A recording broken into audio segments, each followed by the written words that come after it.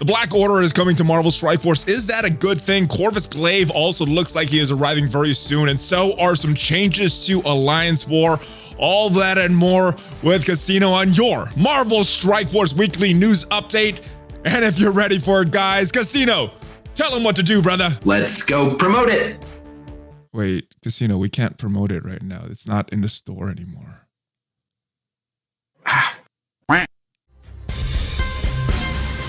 ValleyFlyin.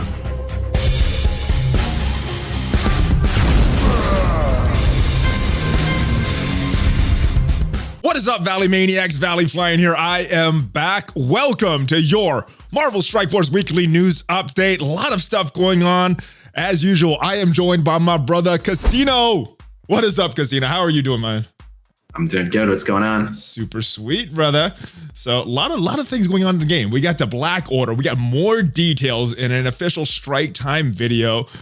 We got the release method of Corvus Glaive and an in-game message. And we got some changes coming to Alliance War. We're going to talk all about that. And yes, some other juicy items, my friend.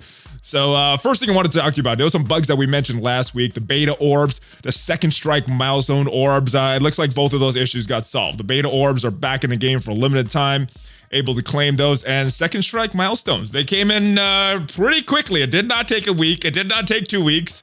We got those in our inbox. What are your thoughts on some of these bug updates that looks like they just got corrected? Yeah, it looks like they're handling them fine. It's as long as they're taking care of them. Like I've been saying from the get-go, if they just took a little bit more time releasing it, like they'd actually save more time. Like the time to go back and like first be like, all right, how long is this going to take? What new engineering do we have to do? What's fair compensation? Like all these meetings they have to go back, when it's like if they would have just like spent another hour on that in the first place and not end up there. So the way the fixes were good. Like, all right, we're going to give your beta orbs back, open them because they're not coming back after this. That's pretty fair. You're still going to have a couple people who are like, no, I was in Tahiti when they brought him back. No, but Coulson, come on, get with it, my friend. Right. So, but for the most part, like it's pretty good. Same thing with the second strike milestones. Like, all right, we got what we were owed. That's good. They didn't really give us any extra for that. So there's like I was expecting something extra if it took a week or longer, but they came in like the very next day, so whatever. Yeah, that's one of those things. I don't need to fight that hard on that one. Yeah. It's like we were owed that anyway. Like it was an unnecessary delay. All right, but there is something to fight about. This is a post that you put on Reddit a few days ago. Already has 758 upvotes. This is about the Red Star rework. So we got this information just before we started recording the news video last week, and most of it, pretty much all of it, sounded good except for one small point. Do you want to go? I'll let you cover that. So I'll be happy to. Yeah, I do want to talk about this a good bit because this is one of the things where like they threw in one little line and it sounds like, well, everything else is good, this will be fine, but this kind of undermines the benefit of the entire Red Star rework. So the whole reason that we got that promotion store was because our ability to promote the characters we want to promote has been random. And so they gave us the promotion store and they're like, now you can selectively upgrade who you want to upgrade. And the player's like, yay, we got some agency. And then people quickly realize like, oh, while we do have the option to promote people, the rate at which we get what we need to promote people is so incredibly slow that for the most part, we might as well not have the ability to promote people. So that's why people were still unhappy with Red Stars, because like no matter how many of these we open, I don't feel like I'm any closer to promoting who I want to promote. And at the end of the day, everyone's issue with the Red Stars is that it's RNG based progression. That's always been the biggest pain point. And from the get-go, from Red Stars launching, while I did say there were some things about the Red Star system that weren't terrible, one thing I never even attempted to defend because it's indefensible is no one enjoys RNG based progression.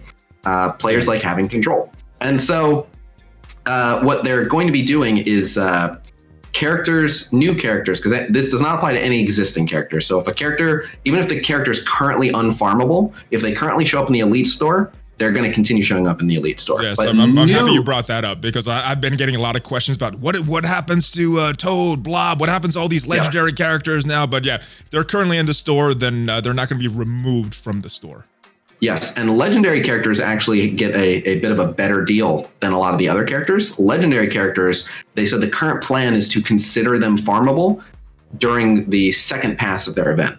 Okay. So once they come around the second time, which is usually within like 2 or 3 months. So that's actually on the lower end. But what they basically said is when a new character comes out, they won't be available in the Elite store. So even though you'll be getting more promotion credits and better dupes, your only way of upgrading new characters will be Red Star Orbs until they become farmable. And the problem is they have a history of leaving characters unfarmable for over 6 months. Like Ghost Rider came out in October and still is not farmable. His Blitz is about to come back around, but he's still not farmable. So for all the people that are going to be getting Ghost Rider and his Blitz, if they didn't get lucky with his Red Stars the first time, if this were already implemented, because Ghost Rider currently shows up in there, but if this had been implemented then, people still wouldn't be able to selectively add Red Stars to him.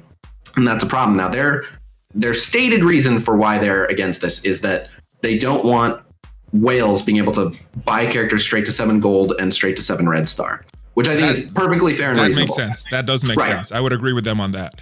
Right. I don't think anyone actually wants that. However, the bigger reason why is because they want people to buy more Red Star Orbs, right? Duh. Yeah. If you can only get many orbs, you're gonna buy more. and so I defend plenty of things they do that happen to make them money because I don't think that they're too unhealthy for the state of the game.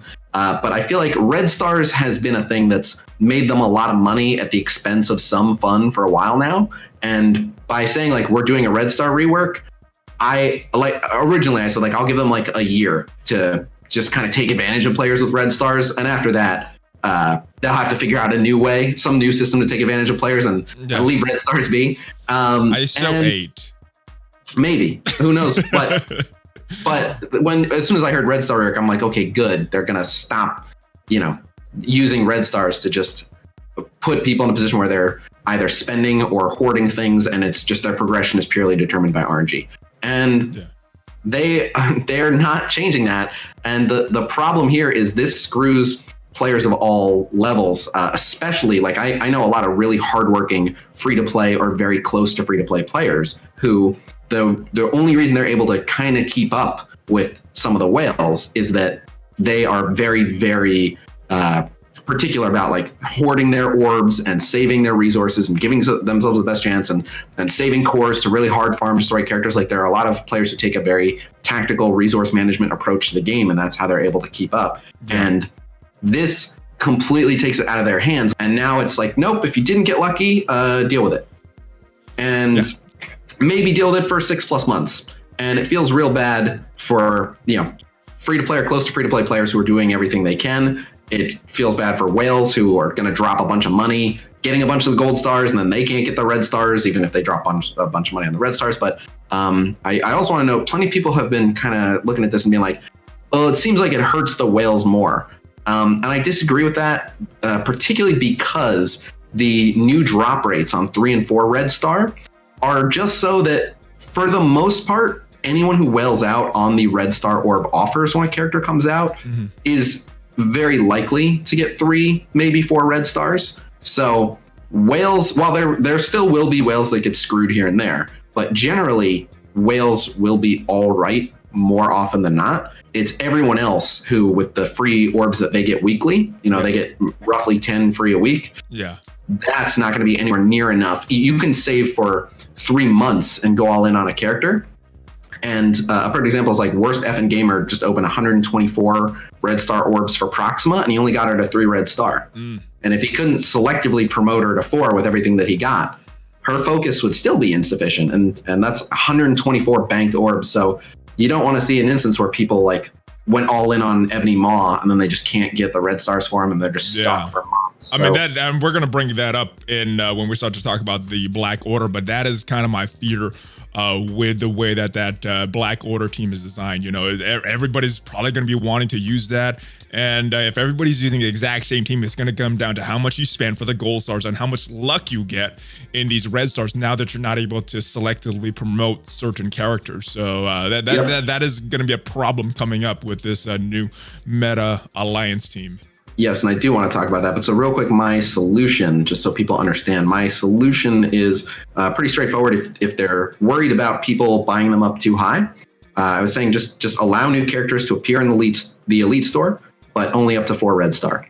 And that way, beyond that, no one can take them to that overpowered 7 red star state, but new players and free-to-play players, Dolphins, can get them up to, like an endgame usable level if they want to spend the resources. And like they're worried that like it might sell fewer red stars. There's a couple ways to look at this. The first is like people aren't going to have so many promotion credits that they'll be able to take every new character to 4 red star. So as long as the characters continue to motivate people to want to promote them, it's a non-issue, because you're still going to have people being like, I just used my hoarded red star orbs for the last character, but I also really want to use the new character that just came out. So for this one, I'm going to have to buy some red star orbs because I don't have any more saved up, or, you know, that'll still happen.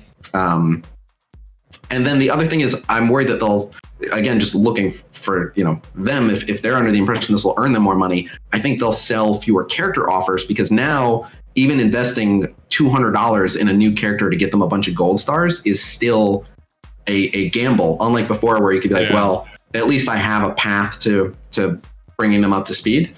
Yeah, now you can invest all that and get unlucky. Yeah, they're going to be ultra unusable when you only have 3 or 4 gold stars on them. The rest of your roster is at 6 or 7, and then you're not able to get any red stars on them just because you have bad luck. So yeah, they might actually end up selling fewer of these. And I think most of the community agrees with you. If you look at this, 94% upvote, or at least the majority of the community that is on Reddit, because I know not everybody's on Reddit, but yeah, I don't know how you could disagree with this. I'm totally in favor of this, and I hope Fox Next, I hope you guys are listening. This is everything in that letter looked good except for this one change that I think a lot of people want to see. Yeah, but if there's one thing we've learned, it's that Fox Next does watch for feedback. So if and again, maybe this is just me. Well, I guess not, because the upvote's on the thread. But if you feel as strongly about this.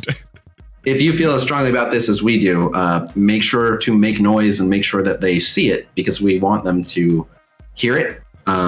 So yeah, you know, they've been keeping an eye on how people are responding to this. So I think if they do go ahead and implement either my solution or something very similar, that they'll pretty much nailed what everyone is looking for out of the Red Star rework. And I would love to be able to say, you know, 6 months from now, like they gave us that perfect Red Star rework that everyone was hoping for. So yeah, I mean, it still keeps some of what Fox Next wants, but it makes it a lot more digestible for the players. So yeah, change it. At the end of the day, you don't ever want your game to create situations where someone can work really hard and just get screwed by bad luck and just be having a bad time purely because they were unlucky. And what's worse is, like, if you're going to monetize something, at the very least, monetize it in a way where it's like, well, if you got somewhat unlucky, at least you can pay to improve your luck. But yeah, no one's going to be happy. It's like most people are going to get unlucky. People can try to spend to offset that and still get unlucky. Yeah, like it's just creating frustration, and there's no way it's going to motivate enough sales to offset all the frustration. So agreed. Well, let's move on to Proxima Midnight. We got her event. And yeah, it seems a little easier than some of the other events. I know some of the previous events, the more recent events, I know of not being able to auto these fully, and this one was one that I could have. So, and we got a chance to play with Cull Obsidian as well. Any thoughts on his kit or anything changed while you were able to use him? And Corvus Glaive as well in that first mission. No, not too much. And I mean, like it makes sense for the campaign. It makes sense for them to have, you know, like watered down versions of the characters, because the enemies you're fighting, like if they gave us one like equal to my roster power, my characters just, like you said, like just walked through this campaign. Yeah. So yeah, but the problem is, like with all my characters having basic attacks that hit for, you know, 20,000, and then the Corvus they give us hitting for 5,000. Like it just, I always walk away feeling like, you gotta bring your weaker characters, brother. You can't use your top end characters for this event. Well, I got better things to do than intentionally struggle. Now I will say, like it's decently balanced for some players, but I think that they could just add in like a nightmare mode. I don't see why they can't just add a nightmare mode and just make it tough. More shards, more can offer more shards, more difficulty. Yeah. I would like that. I would like that. Let's talk about these orbs for this particular event, though, because I did not look at the drop rates, but I know somebody on Reddit did, and it looks like it got even worse than the previous event. I know personally, since this event started, I don't think I've pulled Proxima in the center ever. And you're getting 1 to 2 on the sides here. Rare shard drop is Proxima of 0.5%. You got another one at 1.5%. Uncommon at 5%. Is that so? What, 6%? And then the rest of them. Oh no, another. So that's 11. That's 13. Yep. 11%. And the rest of them not really getting Proxima. So yeah, very very small in this one. So I don't know. I have not pulled Proxima at all. What is your luck with these orbs? They seem like they're getting worse and worse and worse every time anytime an event character is released. Generally speaking, they've been trending worse, but it depends on how you look at it. Now, I consider this worse, but just so I can make the counterpoint that some people have, which is while you do have worse odds of getting Proxima than who was the previous campaign event? Toad? Yes, it was Toad. So Toad had better odds, for example. Your likelihood of getting Toad shards was better. So anyone who's like, it's worse, it is your odds of getting Proxima are worse. The counterpoint to that, which I don't find compelling, but some people do, is like, well, while I do have a lower chance of getting Proxima, I also have a chance of getting Sif. I also have a chance of getting Ghost Rider, et cetera, et cetera. You know, I also have a chance of getting Heimdall. Some people are after. I also have a chance of getting Crystal. Crystal's a good one. So there are a handful of like compensation drops in there to get that make it not so bad. But at the end of the day, if you're doing the Proxima campaign, it's because you're trying to get Proxima. And I'm in the same situation as you. I've gotten Proxima in the center 0 times. I'm doing all the 50 refreshes every time. I've literally been getting 2 and 4. I think my best day of Proxima shards, I got 6 in one day from like 3 orbs, besides the day where I first cleared the nodes. Mathematically, we should have, between the two of us, at least one of us should have gotten her in the center once. So it makes me wonder if these odds that are stated here are not the real odds. I don't know. It's probably some wacky tinfoil hat theory, but man, yeah. I would have figured between the two of us, at least one of us would have gotten a center drop. It probably is statistically likely that one of us would have, but not like the fact that we haven't isn't so far-fetched out of the realm of possibility. But now imagine that it's the same scenario, but with red stars that you need on a vital character. Again, back to that thing. It is a big issue. I agree. It is a big issue. But I remember the days where they would have these events and it just have the character. I miss those events. So yeah, we talk about bugs a lot, and there were a few big bugs that happened during this latest update. The Falcons issue. His special crashing the game for some people, the heads-up display, which is very, very annoying, and the orb chamber. I don't remember the orb chamber, but yeah, this one was very annoying as well. I know some people had some massive, massive data use with this update, always re-downloading the previous downloaded art assets.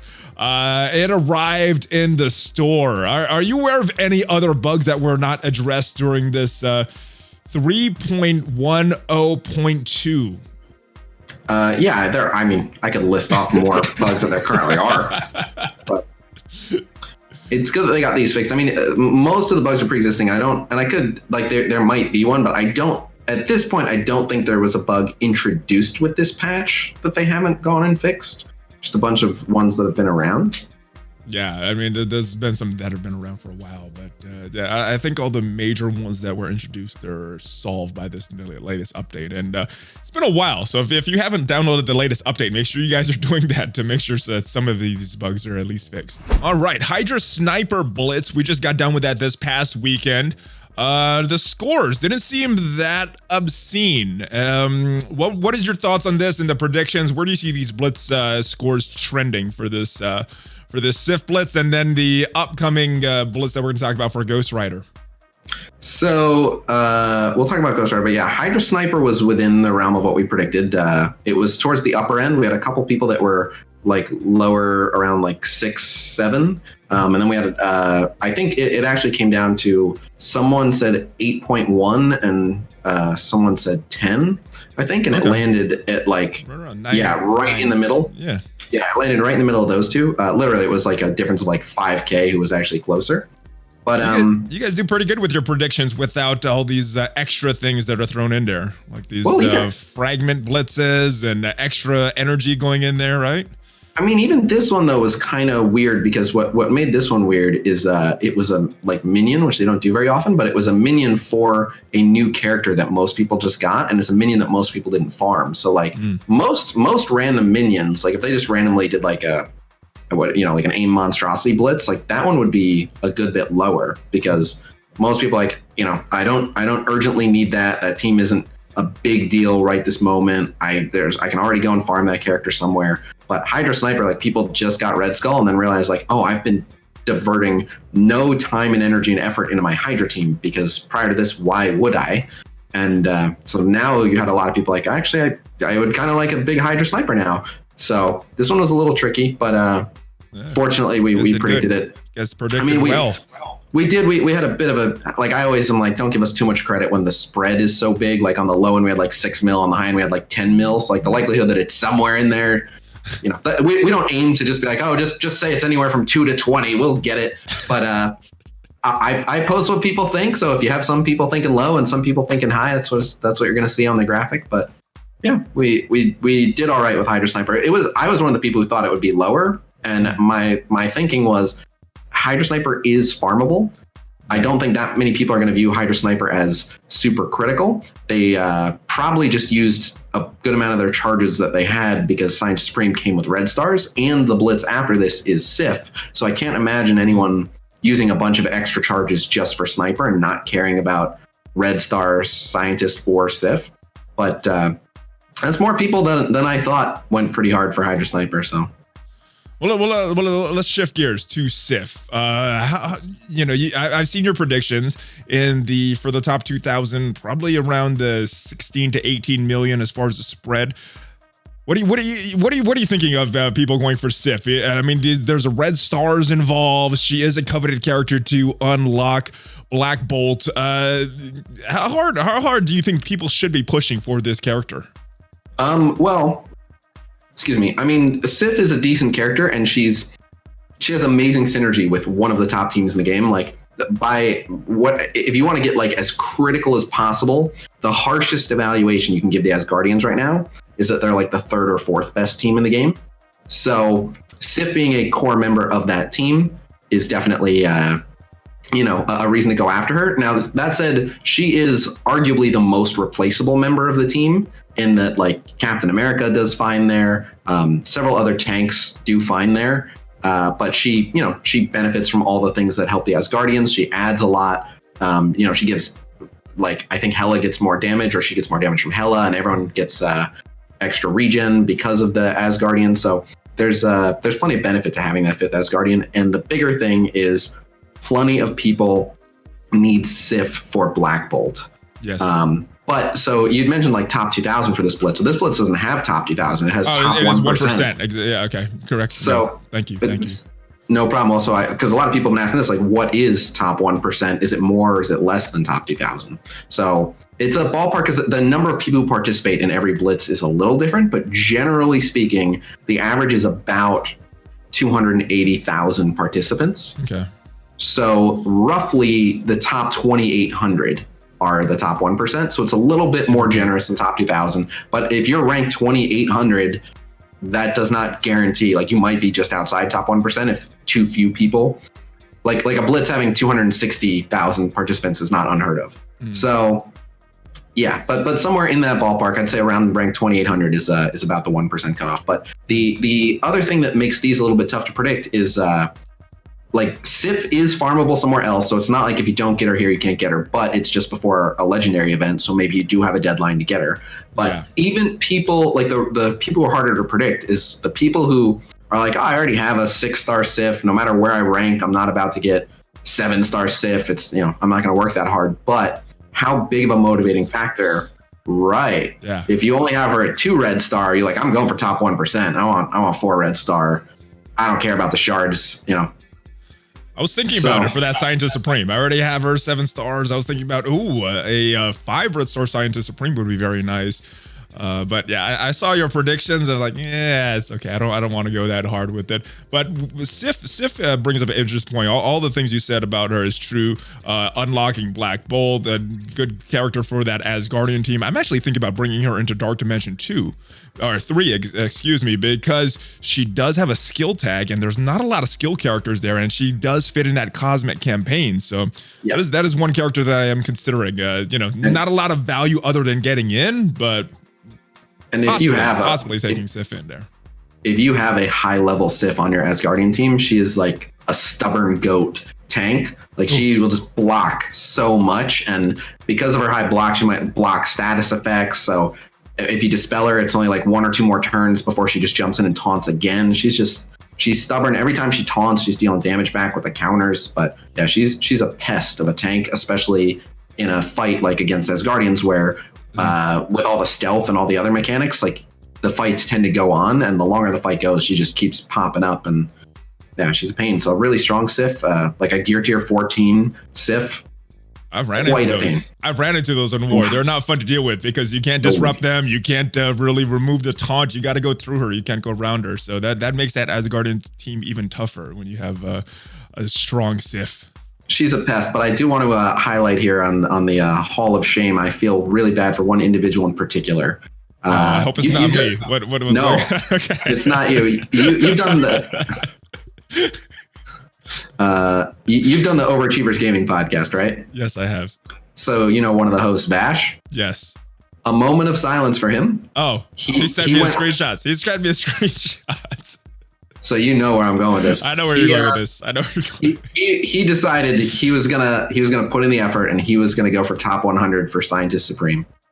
Get those 5 red stars, baby. And he placed rank 101.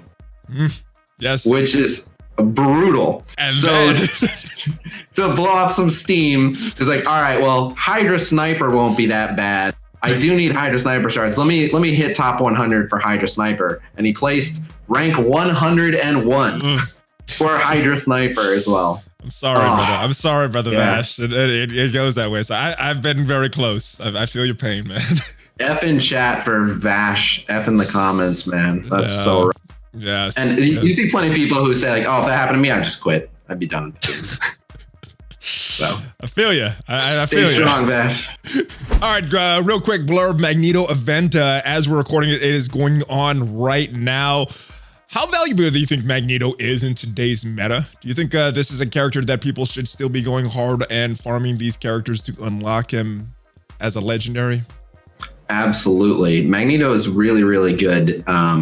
Firstly, because he brings the Brotherhood team online, and as an attack team, the Brotherhood are incredibly ferocious. There are only a small handful of teams that the Brotherhood are afraid of. And a Brotherhood team with a power advantage can beat even some of the scariest teams. Like a strong enough Brotherhood will melt even like the Inhumans if they have enough of a power advantage over them. They bring a lot of might. But the thing about Magneto is, for short engagements, he's one of the best characters in the game. What makes him, the reason why you don't see him everywhere is because for longer engagements, he's not as, he has long cooldowns and he's not particularly fast. He doesn't have ways of really gaining ability energy. But in short engagements, his ult is amazing. And I actually... His special is good too. His special is amazing as well. So don't be sleeping on that, guys. That's a good one. Yep.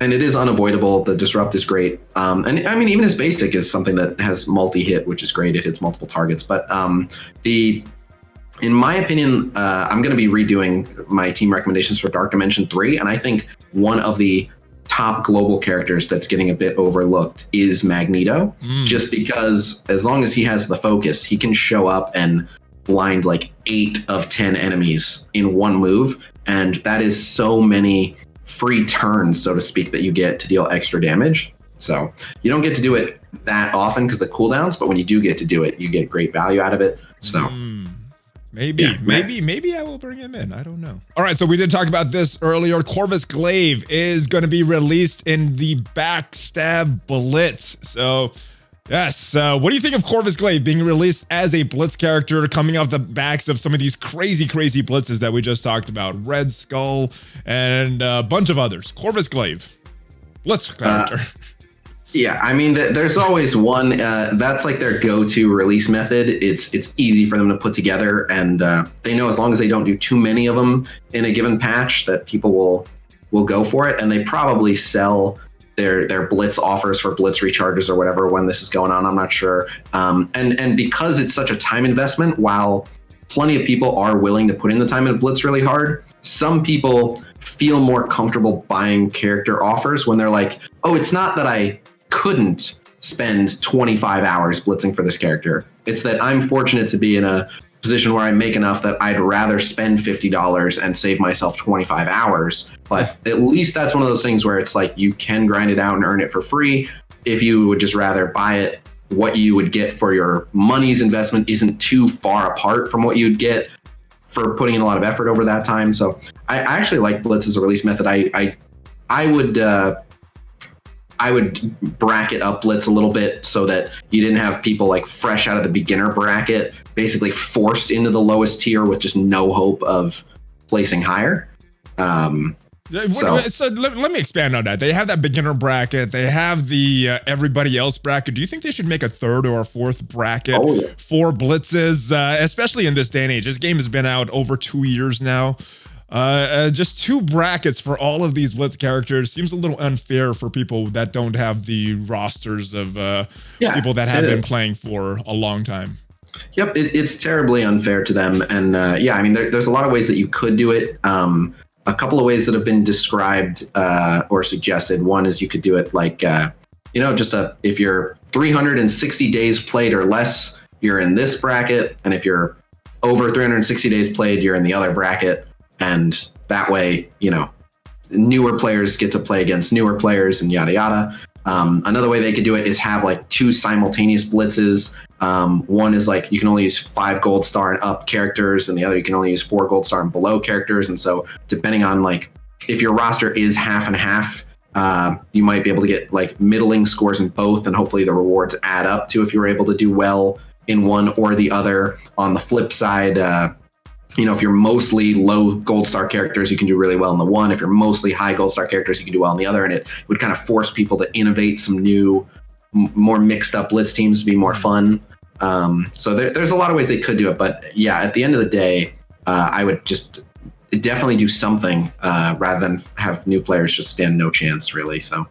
Well, they did tease that there are some Blitz changes coming very soon. We did see some, what do you call that, bugged screenshots of someone that you sent me. And I know there's people that comment that have had that same screenshot in their game. So we will see what happens with Blitz. But I definitely agree that something needs to be done, because it just doesn't seem fair for, someone that has a 6 million collection power versus in the same bracket someone has a 2 million collection power. Just there's no way to compete if you have that collection power there. So yeah, there isn't. And yeah, that's my issue with Blitz release. But assuming that they could find a way to make it more fair, again, a grind off competition to see which players want to work the hardest for the new characters, I think is always a fine thing to include. You're always going to have people who are like, no, give it to us easy. I don't want to have to work. I don't have the time in my day, whatever it is. But at the end of the day, if there's going to be competitive elements to the game, one of the ways that you can let players create the competition for themselves is just let them have a grind off. And,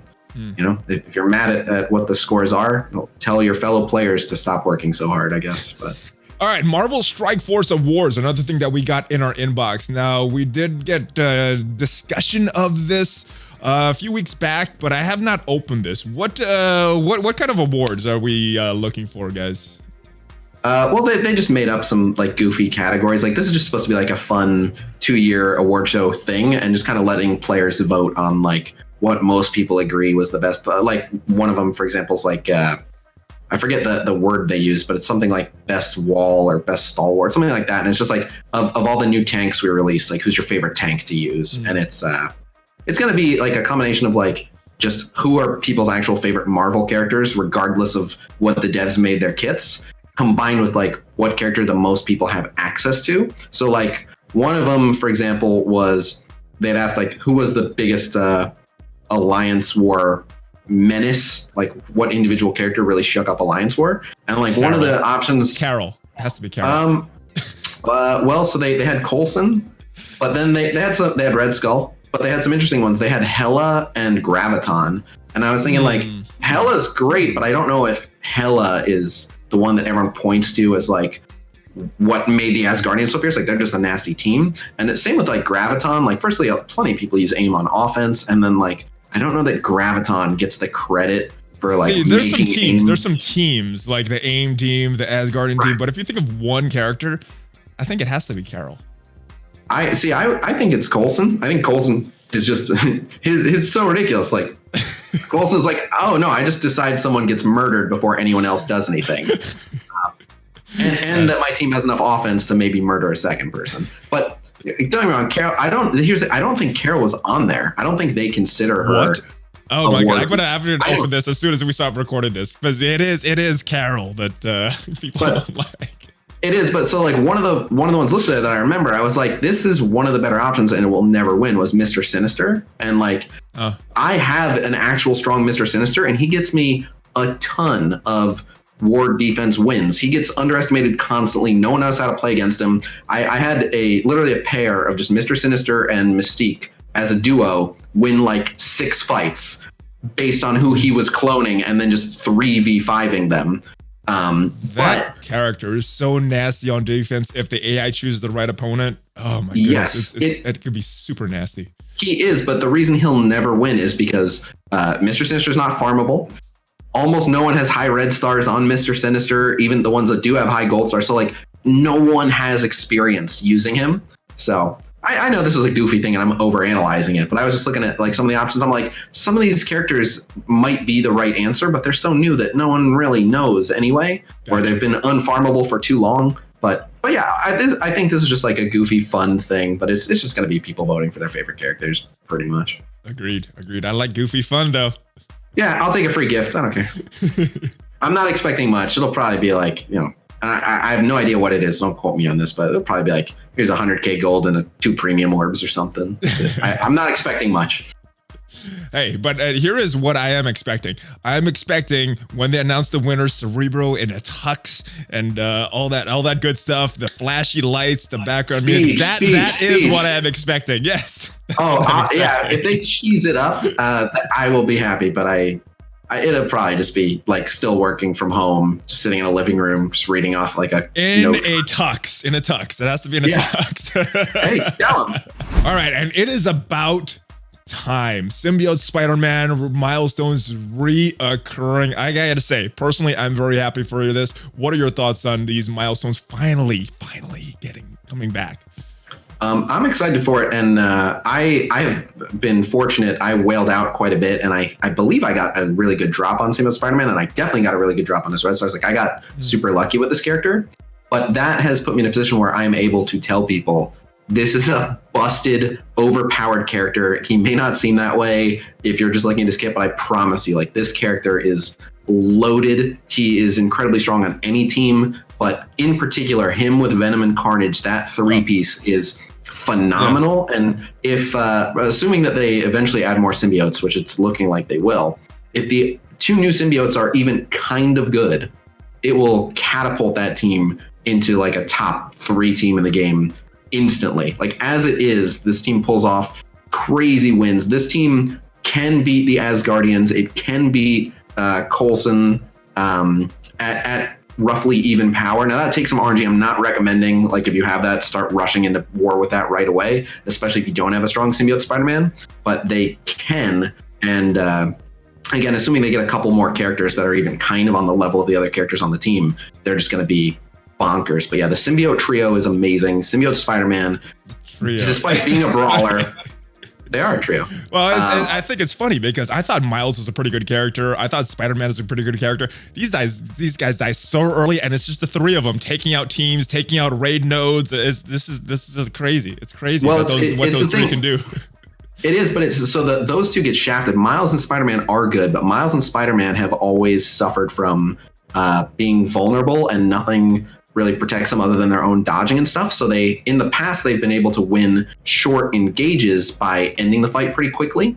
But what they've done is they basically changed the team to now have crazy sustain for the main 3. Like the 3 symbiotes get defense up regularly applied, which makes them like not only did those 3 characters already have way more health than the Spider Bros, but now they have defense up also. So they're just like 5 times as tanky. And then Carnage's passive is going off all the time, throwing out tons of healing. So the symbiotes are constantly getting healed up and they take hits so well. So now it's like you're seeing these 2 squishy guys that get almost no healing, no defense up, no taunt stopping them from being targeted. And then the other 3 take hits so well and heal it up before they even take more damage. It's just over the top. So yes. And again, Symbiote Spider-Man, despite having the brawler tag, is like one of the top controllers in the game easily. Everything he does, he has like, I believe it's either unavoidable or like undodgeable and uncounterable defense downs on his basic like multi-turn defense downs, which is nuts. The special extends all debuffs, which is really, really good. Intruder alert. And then oh, there he is. I see him. No, it's not just her. It's all of them. Nice. I'm leaving this in, by the way. Keep going. Okay. So the again, not only does he, I believe, apply bleeds on the special, but it extends all debuffs. So like a debuff extend is incredibly powerful as it is. If you have someone stunned, if you have someone disrupted, just extending that for another turn is crazy. And then Carnage and Venom can both spread those debuffs to other people. And then his ultimate is not only an unavoidable stun, but it is a multi-turn slow to everyone on the field. Like it's just, he has the best controlling effects, really. So yeah, and he does all that while having insane health, great damage. He's super fast. He's just a beast. So, and he heals himself. So basically what you're saying is, I hope that you guys have been saving your gold and all your other resources because you're going to want to invest in him. Invest in him. He's a phenomenal character. Symbiote Spider-Man might be the Minerva of Dark Dimension 3, just for the city nodes. While I do believe that teams without Symbiote Spider-Man will be able to do the city section, I think that just like with Minerva, having Symbiote Spider-Man is just by himself is probably going to cut the city section time in half, I guess. Well, guess who I am building up? So we're talking about some orbs and some bad drop rates. This was one, not a awesome orb for good for long-time players, but there was an offer, $10, 100 of these. I bought it. I thought it was worth it. I didn't get the gold that I wanted, but man, there's a lot of gold in these. There's a lot of characters, most of which I have at all of which I have at 7 stars. So it was pretty much just Ultimus, orbs, and gear and gold. What do you think of these kind of offers as a catch-up mechanics? They help out new players and that does benefit some older players as well. So I'm going to talk about a reason why I really love them and a reason why I really hate them. All right. Nice. The reason why I really like this offer was phenomenal. I ended up grabbing it anyway, and it didn't do me too much good, but it comes with a lot of purple gear. So it just saves you purple gear you have to farm, which is good because where I'm at in the game, I'm trying to farm mainly orange gear. I did get a healthy amount of purple gear. I got almost 1.3 million gold. Oh, you did way better than me with the gold. Yep, it's a little random, but you're basically getting 60K every time you hit it. So yeah, I knew a bunch of people got over 1 million gold, which again, just $10 for like 1.3 million gold. While it's not I wouldn't say that alone is like a must buy, but even that's like cheaper than what they normally sell when those 7-day milestone things, right? Right. Like the way I look at it is it's still like 3 days worth of gold. So if you just have some patience, instead you don't have to grab that. But even if it was just the gold, I wouldn't be telling anyone like, oh, you wasted your money. Like it's not bad. It says 30,000, but it's 60,000. It's mislabeled, which threw me off for a bit. And then, yeah, the shards, it's so many shards. So for me, it just ended up converting to 5 Ultimus Orbs, which converted to 2 Ultimus Orbs, which converted to 1 Ultimus Orb. But anything good in those Ultimus Orbs? Not a thing. But so I did have a semi-successful Ultimus Orb opening prior to that, but we'll talk about that later. But for newer players, this offer was amazing, like absolutely incredible. They probably don't have all these characters at 7 stars, so it was just a windfall of shards, which is amazing. In addition to all the purple gear, which is probably like they're probably in the prime of needing that gear. And even if they're so new that they're still dealing with green and blue gear, having a bunch of purple gear for when they get there is amazing. That amount of gold is going to go a lot farther for the lower levels. So yeah, this offer as a catch-up offer is phenomenal, and they put this out with like 2 or 3 really good catch-up offers. I think they had 6 gold orbs for like $2, or 3 gold orbs for $2. I think it was 3. Yeah, 3 gold orbs you can buy for $2. Which again, that one, while gold is always something you can just wait and get, in terms of like how long does it take me to recoup $2 versus how long does it take me to generate this much gold? Good value. They had for $5 the purple gear credits. You could get 5 of those purple gear orbs a day for I think like 2 weeks. So that ends up being for $5, just like so many purple gear items. And it's a good catch-up mechanic because I have most of the pieces of purple gear, like stacks like 400 and 500 now that are just collecting dust. Ooh, so most of them, there's still some I need, but most of the ones I'm getting I don't need. Whereas players who have not been playing as long as me and spending as much as me, they need it, so they're getting the full benefit of it. So I like offers like this where I'll get marginal benefit and they'll get just tons of benefit. So for that reason, I love the offers. It was a fantastic catch-up offers, and yeah, it's great for everyone that grabbed them.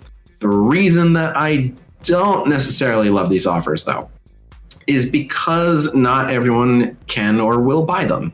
There are plenty of people out of work right now. And even though like, oh, it's just $10, just $5 here and there are some people who like, they are trying to save every penny they have, whether they're just like, you know, I'm 15, my parents don't let me buy stuff in the game, or, you know, just I'm being financially responsible. This is $10 that I, you know, can put towards getting my wife to work since she's still working, whatever it is. So I don't like that they put so much value in a catch-up offer that not everyone can get, because it leaves people who can't buy it in the dust. If they did this, like I don't mind having catch-up offers, but they need to have like a freely available to everyone degree of catch-up stuff in the game.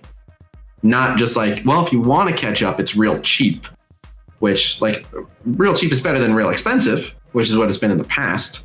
But people shouldn't have to be like, well, if I want to catch up, I don't have to spend too much. Like, no, it should be, if you want to catch up, you have routes to do that just by playing. And if you want to catch up faster, then you can spend. All right, and we got some more official news on the Ebony Maw kit. A lot of this was released in that comicbook.com article that we talked about in a news show 2 weeks ago, I believe. But there was a few other details that were announced. Thanos, 100% speed bar from Ebony Maw's passive was pretty major, which means that you can't really stop him from getting empowered in that arena mode. Now, maybe in other modes, possibly, and they did mention that there may be characters coming along that could outspeed him, but not really being able to do that now. He's got some crazy ultimates. He's got some crazy passive as well.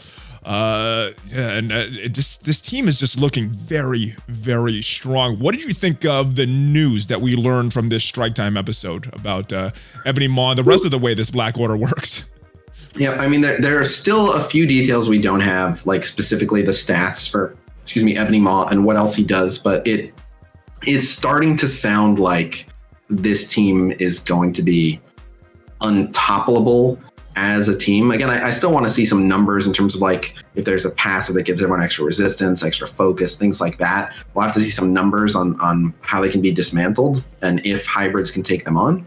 But one of the main things was like, well, there may be a route to penetrating this team by stopping Thanos from getting empowered. Nope. And no, what we're told is no. Now, I do, again, for PvE stuff, I kind of like the way this team is set up as like you have a limited time to kill various members of the Black Order while Thanos is on the field, because if too many of the Black Order members are alive while Thanos is, or if Thanos is up and more Black Order members drop down, then you deal with an empowered Thanos. So it forces you to prioritize your attacks. Like for PvE, I think this team's kind of fun. It's for Arena that it has me worried that there's not a way around it. And I have no proof of this. I want to say before I start, like, I want to mention this because I think it's funny. I have no idea if it's true. I'm going full tinfoil here. Okay.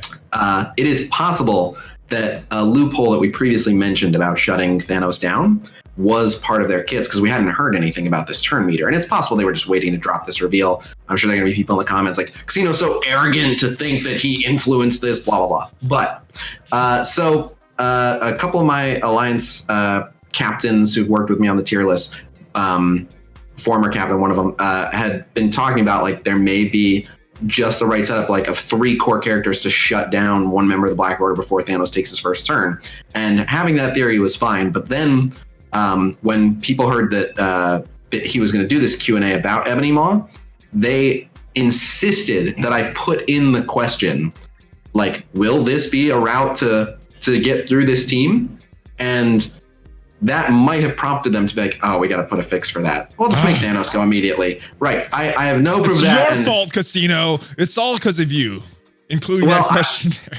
I blame my captains for insisting. And I was like, if we figured out a way to maybe dismantle this team, why do you want me to bring it to their attention? But they were like, because it shouldn't be the case. If they're supposed to be the top arena team, they should be unstoppable. I'm like, whatever. I'm not going to fight with you guys. You want me to ask? I'll ask. But I think if you guys have found a way to shut it down, maybe, talk about that after they're out and be like, look, we found a way to shut them down. But so again, it's pure tinfoil. Maybe it's pure Khasino arrogance talking. Maybe this was already the plan, but it's possible. Khasino arrogance? No, it can't be Khasino arrogance. You are responsible for that 100% turn meter, my friend.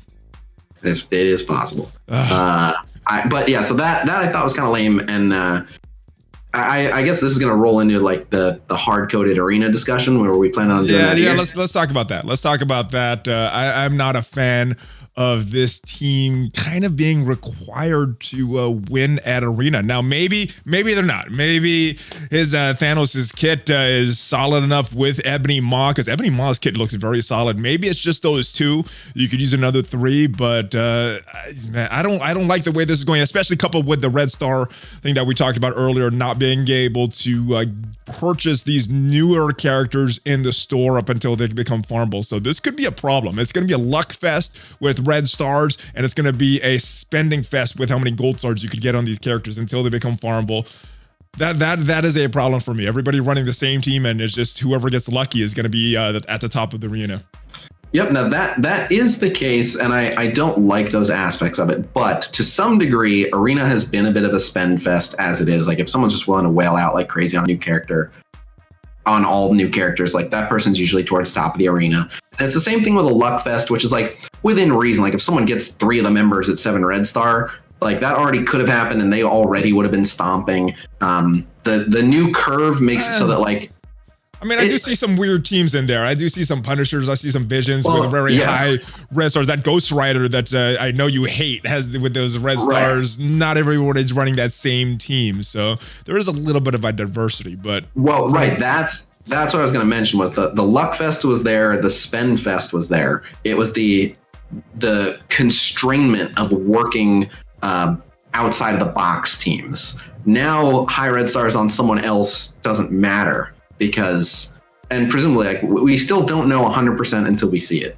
But I can't imagine Ebony's kit will have such gaping holes in it that we won't be able to, like, that it wouldn't make sense to run this team as the 5-piece. And yeah, it's the fact that anything besides running them as a team of 5 is subpar compared to them. It's the lack of imagination, lack of creativity. Like it's just boring, really. Is more than anything. It's just unfun. Like, who are using this 5? Like currently I get people all the time asking, like, I'm going back and forth, I'm trying different things in arena, I'm not sure. And they like simplifying things for people, but I think there is a point where like they hear people struggling with like, I don't know what arena offense to use, I don't know what arena defense to use, but people do enjoy the struggle. Like they might cry about it in the moment, but you know, it's like someone like you, I'm sure can relate, when people start working out, like, I'm sore. And it's like, well, they might not love every second of the process, but it does give more accomplishment than just like, oh yeah, arena, you just run Black Order. Oh, you don't have Black Order? Oh, then you're not doing arena right. How do you beat Black Order? Oh, you gotta get redder stars on your Black Order. That's how you beat Black Order. Yeah, how do you beat the other Black Order? Yeah. You need to get luckier and get stronger. Yeah. So yeah, it's just, it's taking the imagination away. And they did this once before with Fury Shield. When they came out with Fury Shield, that was the team. Now that one was slightly different in that one had 6 members, so at least you could like make one swap. There were a couple variants of it, but then it was a little bit different. I didn't love like just this is the team now. But they basically said like, legendary characters are going to mean something else. Starting with Nick Fury, legendary characters are going to take teams to the next level. This is the first one, and they're going to be a level above everyone, but this is where you're going to start seeing legendary characters take teams to. And so yeah, that made sense to do then.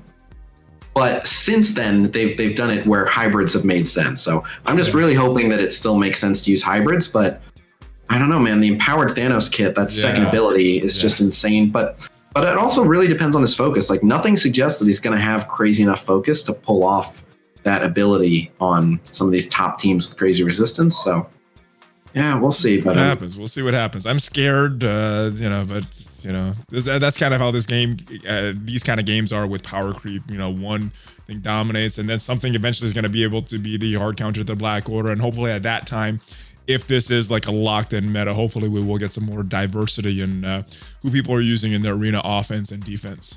So that is my hope, at least. Excuse me. Basically, what people are saying is this, and I agree with this sentiment. They put themselves in a position where it's going to come down to, like, did they go with the lesser, which of the two evils? Did they go with the lesser of two evils or not? Because it's going to be one of two things. Either the arena meta has been hard-coded and now, like, there is no imagination. The best team is that team.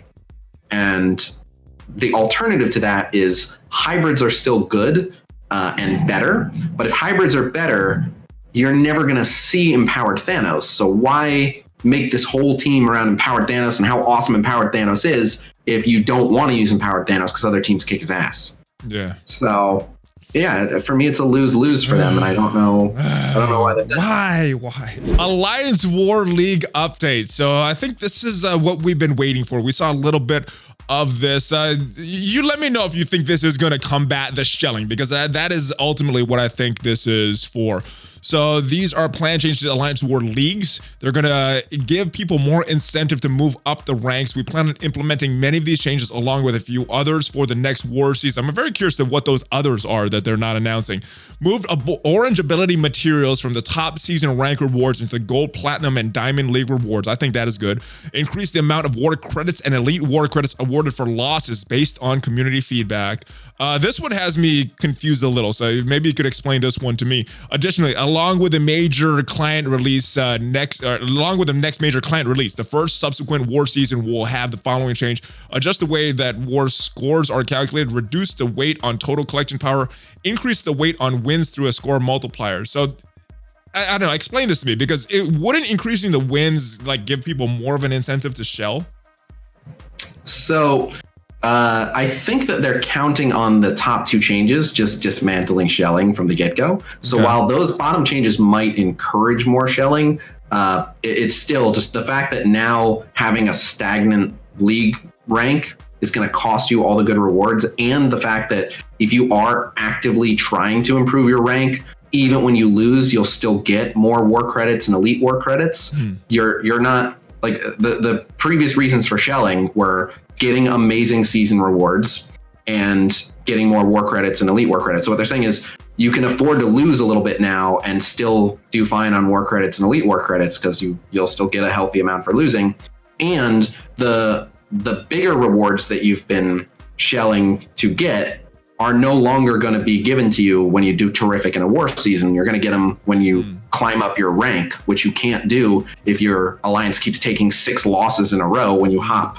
So I think they're like, the top should fix shelling, and then the bottom should separately incentivize people to go for wins. And so when they say scores are calculated, it's unclear if they mean specifically season scores or if they mean how many points you get within your league. I'm hoping it's how many points you get within your league, but it could mean just individual war season scores as well. But at the end of the day, by saying a score multiplier, the idea that the more wins you get, the more points you'll get is good just in all game modes, because what we've been seeing is, like, my alliance has had plenty of seasons. We tend to go 4-2, like 4 wins, 2 losses most seasons, but there's plenty of seasons where we go 3-3. And going 3-3 is a very, very realistic goal for just about any alliance. But we have been just dominating the leaderboards because we're so high up in total collection power. Gotcha. It has been possible that if we go 3-3, another alliance that goes 4-2 places below us still for the season, despite having a better performance than us, just because they were so much weaker than us, that adding their TCP bonus on top of their wins didn't offset how much more we got. I get what you're saying. I think I remember that when it initially came out, people were saying that Cabal, their collection power is so much higher than others. They could go 1-4 or 1-5 and still be at the top of the leaderboard just because they have such high collection power. So this would kind of reduce that. And I don't know if they've changed the calculations since then, but yeah, I get it. I get what you're saying now. So yeah, and again, there might be the incentive there. Like if the multiplier just keeps getting better and better, it might disincentivize off wars, because it's like, well, we just won our last 2. Let's keep our win spree going. But all right, well, I think everybody wants the same solution, except maybe the Shellers. But I think everybody that plays this thing straight up how it's meant to be played want the same solution, is to stop the shelling, and hopefully these changes are what brings about people stopping doing that.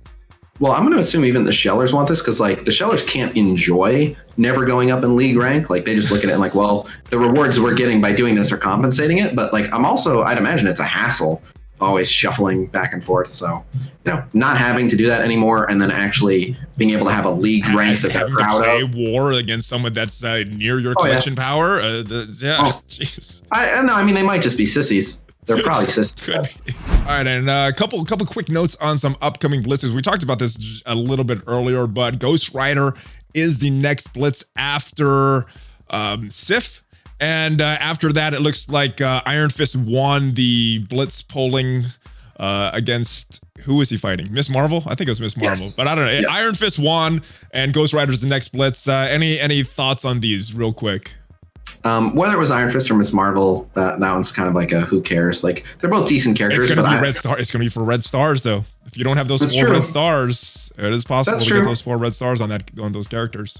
That's true, but again, both those characters are well worth the Red Stars. So yeah, I mean, Miss Marvel is newer, so presumably fewer people have her. And but that might have just been like mostly newer players still working on their defenders and looking at it that way. But yeah, I don't really have a dog in that fight. I've had both those characters for a while. Again, I think Miss Marvel's just a bit of a better character, but yeah, people with Iron Fist, that's fine. Maybe he's probably the more popular character among the player base, so it is what it is. But Ghost Rider, I have mixed feelings on. I'll tell you why. The reason I'm super happy about Ghost Rider, he's an amazing character. He's so good.